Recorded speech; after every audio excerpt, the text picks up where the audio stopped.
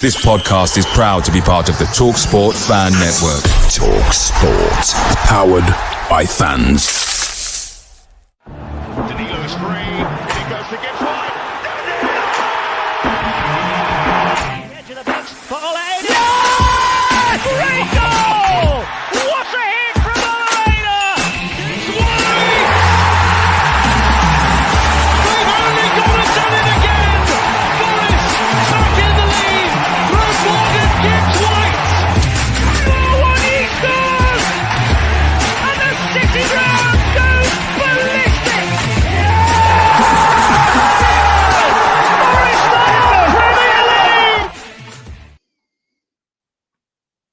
Hello and welcome to this preview edition of Red Side of Trent as we come to you to our last game in 2024 where we make Forest's potentially last trip to Goodison Park, unless we catch them in the FA Cup, of course, in the away game.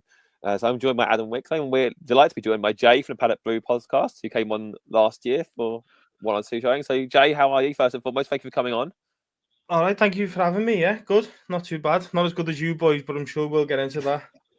I'm sure we'll cover bits and bobs. But for now, we'll start with the host, obviously it'll be Everton. And since, I'm just looking at your results now, really, since losing to Southampton, oh God, what a terrible result that was.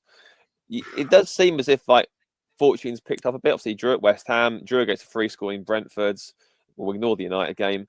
Battered Wolves 4-0. And then in a run of Arsenal, Chelsea and Manchester City, which I'm pretty sure most people would have had you tipped to get nothing from, you got 3 draws and didn't lose a game.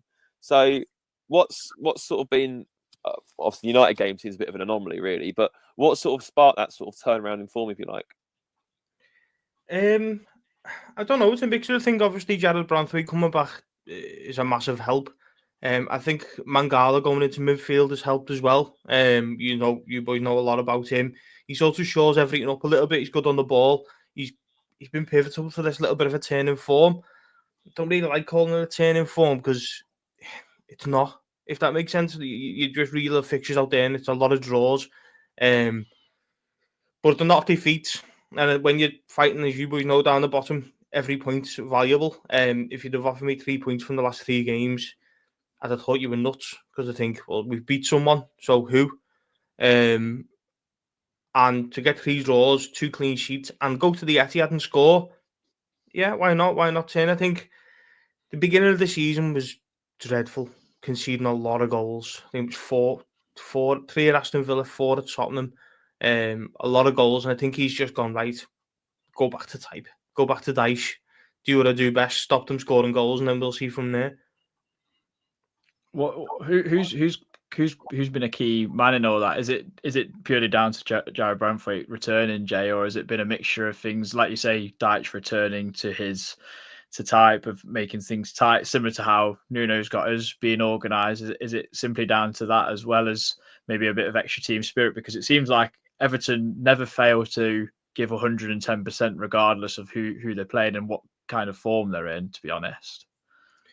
Yeah, it looked, I'll be honest, at the beginning of the season, it looked disjointed. It did. It just looked like nothing. You know, Ajay wasn't playing. He'd obviously only just come in.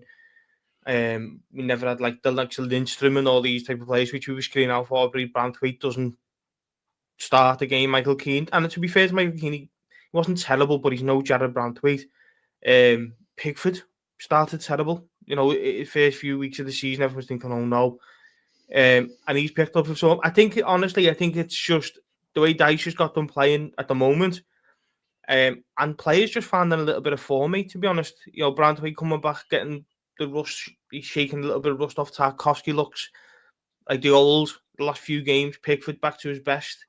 Ashley Young, I thought over the last few games has been quite good. He'd probably have played yesterday. Michalenko, last 2 games, good. I think all the defenders are finding the form in the right place. But I think Mangala, I honestly do think Mangala and Idrissa Gueye in that midfield, sounds mad, but sort of gives the defence the actual protection that they've been after. You know, they're not wide open and getting out, players and teams run at them. These are just going like, we'll sit in here and use defend any crosses that come into the box, and they're like, okay, yeah, fine. You know, I'm glad to hear Mangala's doing well for you. I think he still mostly well received by Forest fans. I think he was decent enough for us. It's just that in the first year, it took him a bit of time to adapt. We weren't fully sure what his best position was in that sort of midfield area. But towards the end of like his time at Forest, he really sort of established himself as like a decent part of the furniture. So you've mentioned he stepped into midfield. Where was he playing before? Was he playing like right back or on the wing or something like that? Or he wasn't, Christian, to be honest. He was in and out the team. He kept sort of chopping and changing it for little things. You know, he tried. Not that he wasn't in the team. Sorry, it was more of a. I think it's more a Gay and him have struck a partnership. You know, he had McNeil in the 10, which then would drop the Corey a little bit further deeper. Sorry, not giving Mangala the protection he deserves when he gets on the ball, because he gets the ball and passing it, pass. Gay sort of stops people getting to him. He's a little bit like a linebacker. He'll sort of stop people getting to him so he can play them passes. The Corey can't do that. So I think now the Corey going into the 10, Gay playing with Mangala, they just complement each other so well that them three at this moment in time are playing really well. Jay, I know you won 4-0 against Wolves recently, but you have struggled to score a lot of goals this season. I think I'm just looking now. I mean, 15 goals this season is pretty low. I think you're the second lowest in the league. Only Southampton have scored less than you guys. Is that a little bit of concern as well? Because although you are drawing games, you're not winning enough games either. Does that worry a little bit, or do you think that will come in time as you gain confidence from not losing football matches? I don't think you're going to score a bundle of goals with Sean Dyson as manager anyway. Wolves are poor, but it was all set pieces. It was crosses into the box. I think 3 of them were set pieces. So I think we just caught Wolves on the right day. And you got to beat who's in front of you, but they were set piece goals, 3 of them.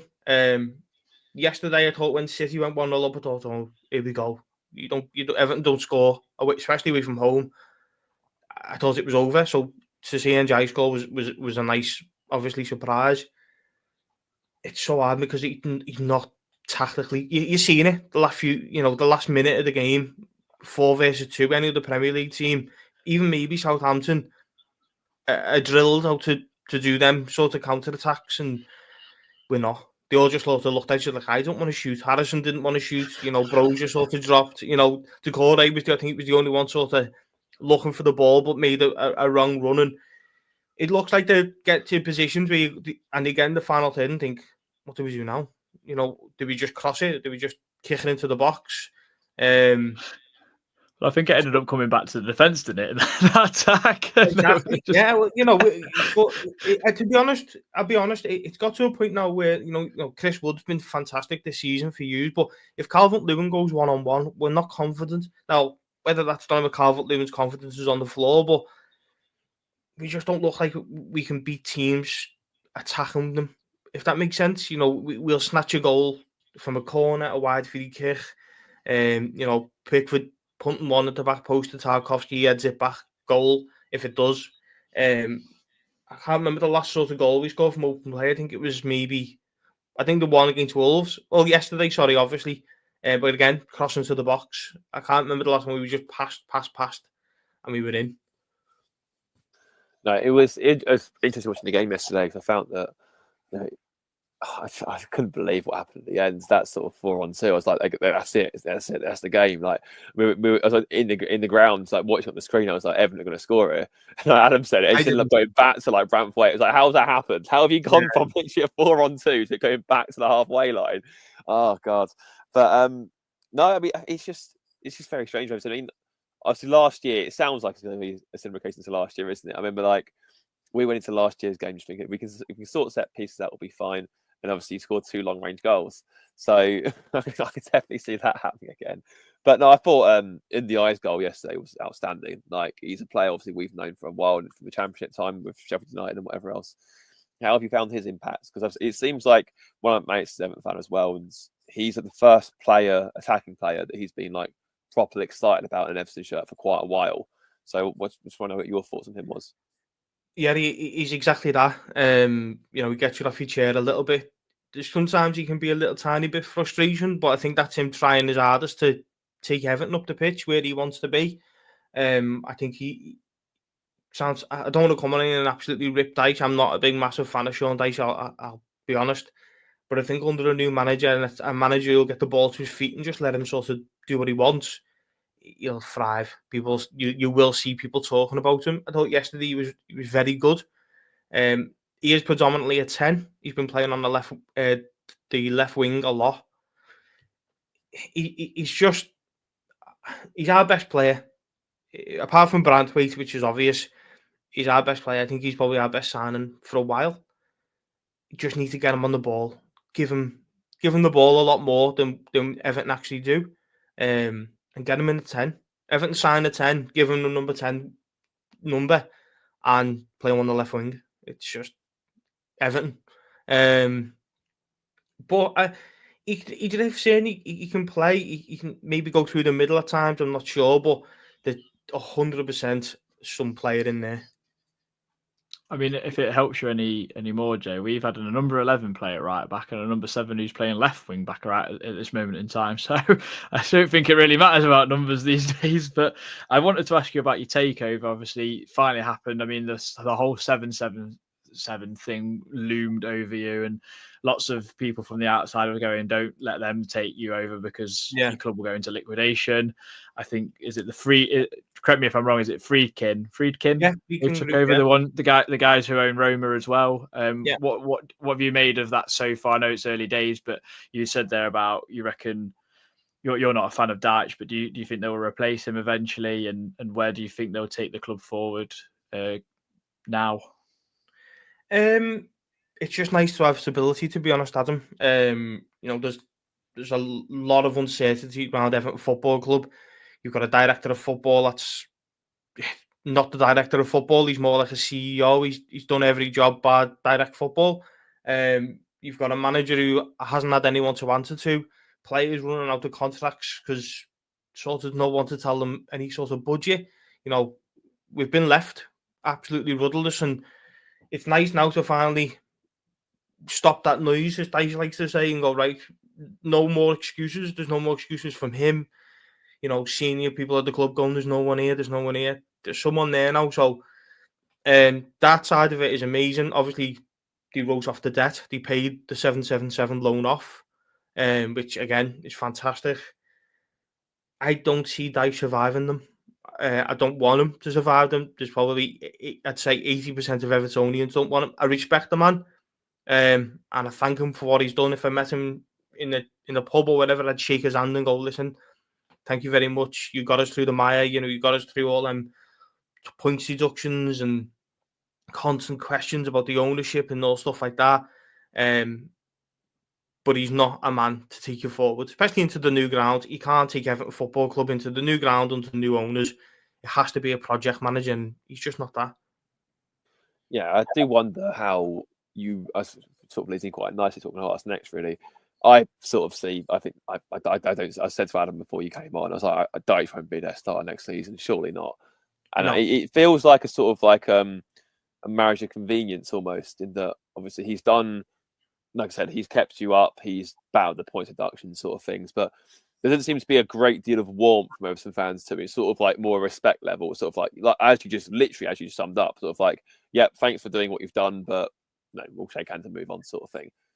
Does that impact? I don't know if you have much money to spend in January. I don't know what the whole budget scenario is, but how does that change? Because obviously, like, do you give Dyche players that he might want, but a new manager might not? Do you sign players that Dyche won't necessarily use, but a new manager will, and then struggle? And what's the sort of plan for the season? It does feel like, on the one hand, that they've erased a lot of they've secured a lot of stability, and that you've got new ownership coming in, and you're not worrying about anything like that anymore. But now it's sort of focusing back on the on-field issues. It doesn't really seem a lot of stability or how to approach it. Yeah, January will be interesting, very interesting. You've got, as you just said, what you do. He's obviously not going to be here. Kevin Thelwell's only got 6 months left on his own deal as well. You've got a Brozier who's on loan, Calvert-Lewin who can sign for a foreign club come January the 1st. Beto, who's not Premier League standard. God love him, he's not. And then Chimity, who's only a kid, so do you then go out and get a centre forward? Is that centre forward a Dyche centre forward or a Kevin Thelwell centre forward? You know, it needs answers quickly, and I think the Freakins probably have walked in and gone, well, wow.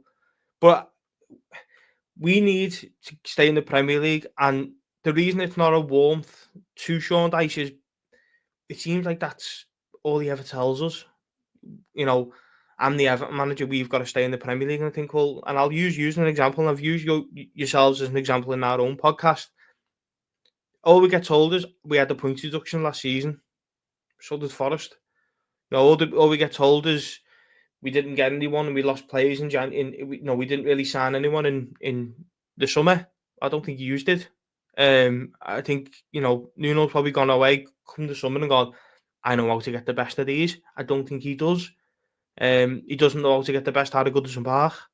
That sounds mad. He doesn't. He seems distant from us. I'm not wanting the manager to start singing "Spirit of the Blues" in every press conference, but I want something. You see them across the road from us with Klopp and their connection, and you think we want that. We're ready for that. We're ready for a manager. Lampard wasn't a very good manager at all, but said the right things. We're not daft enough to know he's not reading off a script and knows like, oh, I'll say these things and I'll get them on side. Butter us up, butter us up. Get us on side. Make us love you. So if if things aren't going the greatest, we can back you. He just hasn't. To be fair, that's just a man. I think he probably knows he's not going to be here at the end of the season. He probably knows he's not going to get a new deal. So he's thinking, well, why? Why sort of connect myself to a football club I'm not going to be a long way? But he's not ambitious. He's just not an ambitious football manager. Before the ball was kicked, we were in a relegation fight. And correct me if I'm wrong, but I don't think Nuno ever said that you were in one before the season started. So that's it. We can't match that, if that's what I'm saying. Like if he was at Burnley, when he was at Burnley, and go, we're going to fight to the end to keep Everton in the Premier League. They love that. They love that attitude. When he says it to us, we're a bit like, hang on, we're not meant to. This is not meant to happen. We're meant to be challenging. No, I'm not challenging for weight. We want to be in the top half. We want to get as many points and high as what we can. We don't want to go into every game thinking, or every season when them going, I hope we stay up. That's just not who we are. Well, considering like if without the points deduction, you'd have actually finished like mid-table. You would have thought Dyche's intentions were, well, let's kick on now and let's stabilise ourselves, get us into mid-table. And I think then the whole fan-manager relationship would have been pretty good. I mean, Steve Cooper was excellent at buttering us up, and he was really good at it till the very end, and that's why Forest fans kept him in his job. Essentially, we will take a little bit of credit there. Nuno's gone about it a bit differently because he didn't want to say like the same sort of things and be kind of copy. He's just done it with results at the end of the day, and now Forest fans are right firmly behind him, and now he's starting to come out with the things that butter fans up by saying the whole proverbial we are in this together, we need to fight and so forth. And now Forest fans are so firmly behind Nuno, it's been unbelievable, and we've really kicked on. Just before we may ask you some questions about ourselves, Jay, I did want to ask about the whole relegation battle, because I'm really hoping you drag Man United into this being 5 points only behind them in 14th. But yourselves, Palace are on 17, Wolves on 15, Leicester on 14, Ipswich on 12, and I've already relegated Southampton. They are an absolute car crash of a football club. I've never seen them how bad they are. Are you confident of being able to pull yourselves away from that and stay up for another season, or is it going to be a struggle right to the end?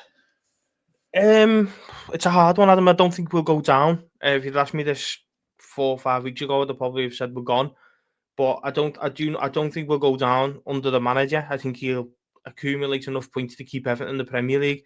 He's also very lucky that he's had the likes of your Ipswich Towns, your Southamptons come up who haven't been good enough to stay up. Luton Town last year.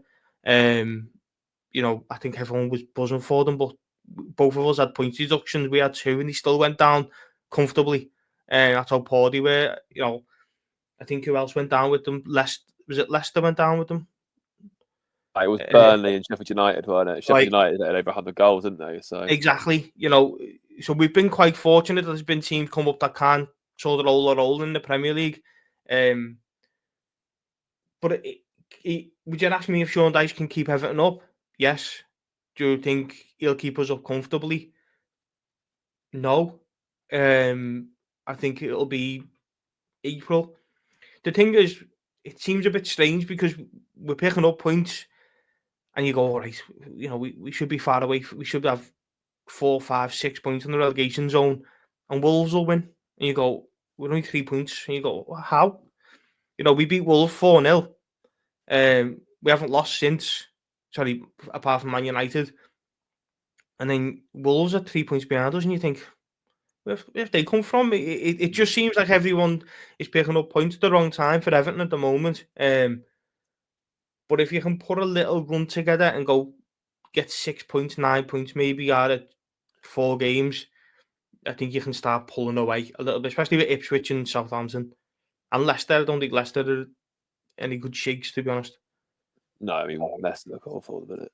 I mean, I know it was only 3-1 yesterday, but it could have been 6, 7, 8. I mean, Liverpool peppered them.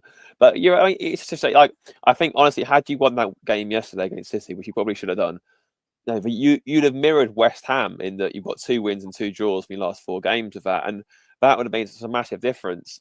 Because I think West Ham were probably in the exact same position as you were literally 4 games ago, and now it's like, oh, they're fine now. They're on their way now with Lopetegui, and they'll be fine. You just need to get that sort of run the bit of rubber green, really. But no, it is interesting looking at that sort of that relegation fight. For what it's worth, I think you'll be fine. I think you'll be miles clear of what goes down. I don't think any of those 3 promoted teams will come near Everton, if being perfectly honest. But looking ahead to the game on Sunday, how are you feeling going into it? 'Cause, I mean, obviously, this is one of those, like I said before, on paper, that if you look at the last 4 games you've had, obviously Chelsea, Arsenal, Man City, you probably think Forest at home out of those, like before a ball was kicked at the start of the season, you looked at those run of 4 games and thought, if we can beat Forest and draw one of those other games, will be all right, sort of thing. How are you sort of feeling going into the game now? Obviously, how the season sort of transpired. It's only Everton, isn't it? That Nottingham Forest decided to become prime Barcelona after them 3 games that we've just had. You've got to respect every team in the Premier League, no matter who you play. Listen, Southampton have won 1 Premier League game this season. Who was it? Everton. Do you know what I mean? So you can't go to into any game going, oh, we're gonna steamroll these. It doesn't happen. It doesn't work. I think you've got to get the best out of Goodison Park on Sunday. One, because obviously time's running out, but that's how we will beat Nottingham Forest. Sort of make it loud, make it horrible to be there, raining, wind swirling everywhere, sort of, defend quite well, and then maybe just get a corner and stuff like that, which is a credit to yourselves that that's the way we're thinking, because, you're third for a reason. You're not third pure through luck or wherever. You're third in January or December, for a reason. That's got to be respected, and I think it will. I don't think anyone will turn up at Goodison and think, oh yeah, we'll beat these. I don't think anyone will think like that. You've been our bogey side, to say the least, Jason. We've come off it. We've drawn the one game, and that was right at the start of the season when we first come back up into the Premier League, where we drew 1-1. But you've largely had our number, and Dyche seems to absolutely love playing against Forest. So, from past results, does that give you a bit of confidence, or have you looked at it? Is it a completely different way now because of how we've played and how resolute defending we've been? Because neither of us like the ball, and we play more long balls than Everton. We kind of put Dyche to shame in that respect. We just love lumping it. It seems this season. Does that play on your mind at all? Yeah, I suppose, but it's a hard one because Everton, as we've proven in the last 3 games, sort of like teams to have the ball and say, well, come and beat us a little bit. I don't think you'll see an Everton team that'll do that on Sunday. I don't think he'll be allowed. You can't set up like that. No disrespect, no disrespect to you, but when you play, you do play Forest home. The same in the reverse fixture. it's a difference from going to City away or Chelsea away. You're expected to actually come out and try and win the football match, not play for a draw, which I don't think Dyche can afford to do. I'm a bit wary. I don't know. It's an hard one. You're playing against a team that you should beat Brentford away, who had fancied the best home record. He went there and beat them. So that's something that you've got to be wary about. The fear of not going away from home now is gone. With yourselves, Tottenham, decent side, beat them 1-0. So you are probably the most informed team apart from them lot to play against. So he's got to find a way, because let's be fair, Nuno's probably looking at Everton thinking, stop them crossing the ball and you'll be fine. So Dyche has got to find a way to stop Forest doing what they've been doing. Yeah, it will be interesting. I think you make a good point at Goodison as well, because last year it was like that. It was like you could feel it, like the crowd were loud before the game. Like it felt like a proper sort of cauldron entrance to us last season, and you can feel it around. Like I don't know if it was just after the second points deduction or something like that, but it just felt like the whole crowd were up with the team that day. It made a massive difference. But yeah, I'm intrigued to see how it goes, because we were sort of saying on our preview just before we at the end of our Spurs review, I went for a 0-0 for this, because I can see both defences just cancelling each other out. I can see another draw for Everton. I can see it being just like, because we don't seem to concede many, and obviously nor do you. So, and no, I think obviously you don't score many goals. We don't score. I think we've had the lowest shots on target in the Prem this season. I think I saw one sat there. So we've just been remarkably clinical. So I don't know. It speaks to me like it'd be a 0-0. But what do you think? If you have to give a prediction now, what would you sort of say? It's a hard one. That Everton are defending very well at the moment. That's something I will say. If we can defend like that against yourselves, I think we'll snatch you 1-0. For some reason, I think if you score first and it's a bit airy around the ground and it gets a bit of frustration comes into it, it could go to 2-0 or 1-1. I think it'll be one of them type of games where whoever scores first he's got a massive upper hand in the game. If we score first, we can just go right, beat us basically, like try and do what the last three teams have tried to do. I know obviously City scored, but that was all they did really. But if you score first, and Everton have got to then come out and beat Nottingham Forest and let Callum Hudson-Odoi or Elanga have the room that they probably want, it could go to 2-0, it could go to 1-1. I think that's the type of game. It'll be one of them where it's like 1-1, yeah, fine. 2-1, yeah, fine. I can see that. What sort of side do you think you're putting out, Jay? Because I saw Jared Branthwaite almost, well, I thought he was going to go off at one point. He went down on the floor and got some treatment, but carried on. But do you see Everton going unchanged for Sunday's fixture against Forest? Yeah, I don't think you'll see any changes. I think Branthwaite was okay. I think the short distance between games might take its toll on Coleman, maybe, because now Ashley Young is back from his ban. I think you might see Young back instead of Coleman. He's 37 or 38, But to be honest, I've just said that we're replacing him with Ashley Young, who's 39. So, maybe Nathan Patterson, bring the age right down. Yeah, you've got take it. This is Everton's problem, though. You've got let's rest the 39-year-old Seamus Coleman for the 39-year-old Ashley Young. That is Everton's problem at the moment.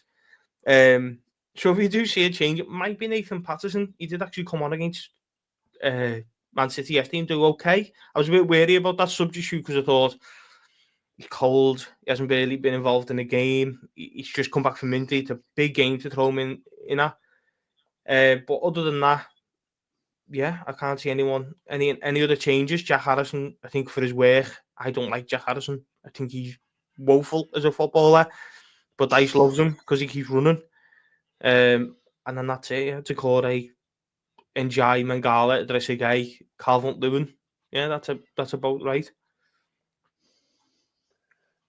I find Harrison, if it's any consolation to you, tends to play quite well against us. So you never know, he might sway your mind a bit on Sunday. He's one of those sort of bogey players just a little bit. Not quite on a nemesis list just yet, but he's not far off. He's no Dwight McNeil. No, he's no Dwight McNeil. Well, he's injured. Dwayne McNeil's not won't be available to start at least. So get away there. But I don't think I think Jack Harrison's had 2 good games for Everton, and I'm talking about both loan stints, by the way. So yeah, he God love the lad. He runs his socks off. We give him the ball, and he just falls to bits. It's just like, I don't know what to do. And if that's the coaching he's getting, you know, you look at the likes of Jack Grealish, who you used to run at people and go past people. Now he just gets the ball and passes it. If that's what Harrison's been asked to do, and we see a different Harrison under a different manager, maybe, I'm not sure, but yeah, he's not a winger. He's not an NJ anyway. No, certainly not an NJ. No. But no, it should be an interesting game. I'm obviously I'm going to go, so looking forward to that. But yeah, I just hope this year VAR is manned by someone who isn't a Luton Town fan when they're one place beneath us. That'd be quite nice. But many thanks for coming on, Jay. I really appreciate that. And yeah, as for us, we'll have our normal review on Monday.